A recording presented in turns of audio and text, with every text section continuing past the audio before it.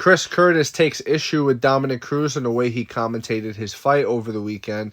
He says, "Stand here, Dominick Cruz, and let me hit you the way I was hitting him and see if it was just sparring." So Chris Curtis is friend of Sean Strickland. They have a podcast together. Just a little background on Chris Curtis and the type of person he is.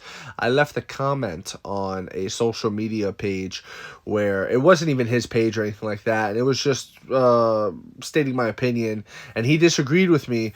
But the very interesting part is when I went to respond, it gave me the notification that says, oh, this person doesn't let everybody respond to him. So I thought that was very interesting.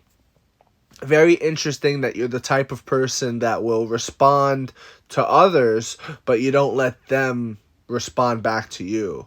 You know, it's a very interesting theme. Sean Strickland's kind of the same way, right? He likes to throw stones. Oh, Ian Machado Gary, you're a cuck. Oh, Sean O'Malley, you're a cuck. Izzy, you're gay. Drickish, you're gay. But then when a stone gets thrown back at him, it's the waterworks. Right? So he kind of learned that from Sean Strickland, I'm guessing, because he's over here responding to me. But now when it's my turn to respond back to his bad argument, I can't. I literally can't because it's in his snowflake settings. So, just to continue on with this, if you watch the fight, you will know that Dominick Cruz was 100% right, and so was Daniel Cormier. He was getting criticism from both of them, and the fight wasn't good. It was not a good fight. It was a snoozer. It was, a piss break fight, okay? A lot of people like to talk bad about the women's fights, but this was an example of, dude, the men have just as bad fights. Like, the women have some bad fights, yeah, sure, but there's also great women fights. But men also have some stinkers, too, and this was one of them. And they didn't really start going up until the third round. It wasn't until the third round when they were up close in the clinch and they were starting to bang it out. But outside of that, it was a whack fight, my boy. Don't be mad at Dominick Cruz, and don't try to be a bully, because here's the thing. A guy like Dominick Cruz will take you on, and a guy like Dominick Cruz, he don't care about your size. I commend Dominick Cruz for that. But Dominick Cruz is a bantamweight, okay? What weight class is Chris Curtis? He is a middleweight. He is a middleweight telling a bantamweight 135-pounder to come here, let me hit you, let's see if it's sparring. You're not tough by doing that, bro. You're not a tough guy for calling out a 135er. And I really need you guys to understand it and get it in your head that you get no points for that.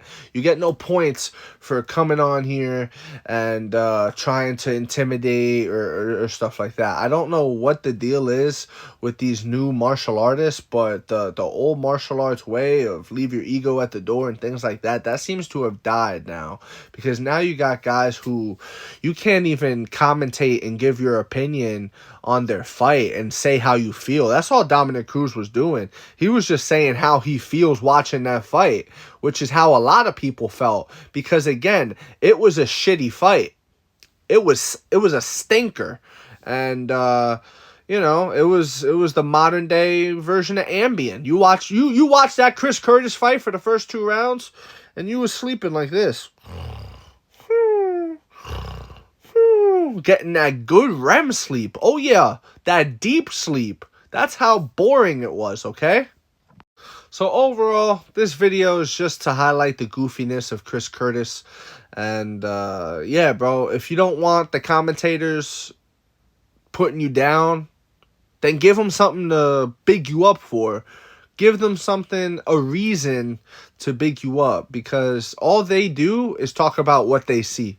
That's all Dominick Cruz does. That's all Daniel Cormier does. That's all these guys do, is they commentate. They watch what they're seeing in the cage, and then they give their thoughts. Maybe you should look in the mirror, watch the film, and wonder to yourself, I wonder why most people thought that fight was boring. I wonder why Dominick Cruz said it was like a sparring session. Like, bro, this statement right here is a bully statement. And again, I'm sure Dominick Cruz would take you up on your offer. Dominick Cruz has offered to fight Michael Bisping. Like, Dominick Cruz is about it, bro. He's not scared and he's definitely not scared of no 85er that can't even sniff the title. You know what I'm saying? Let's be clear about that. Okay, let's be clear about that. That's my take on this. I didn't like this quote from him. I didn't like the interview he gave on Ariel's show. That's where this is from.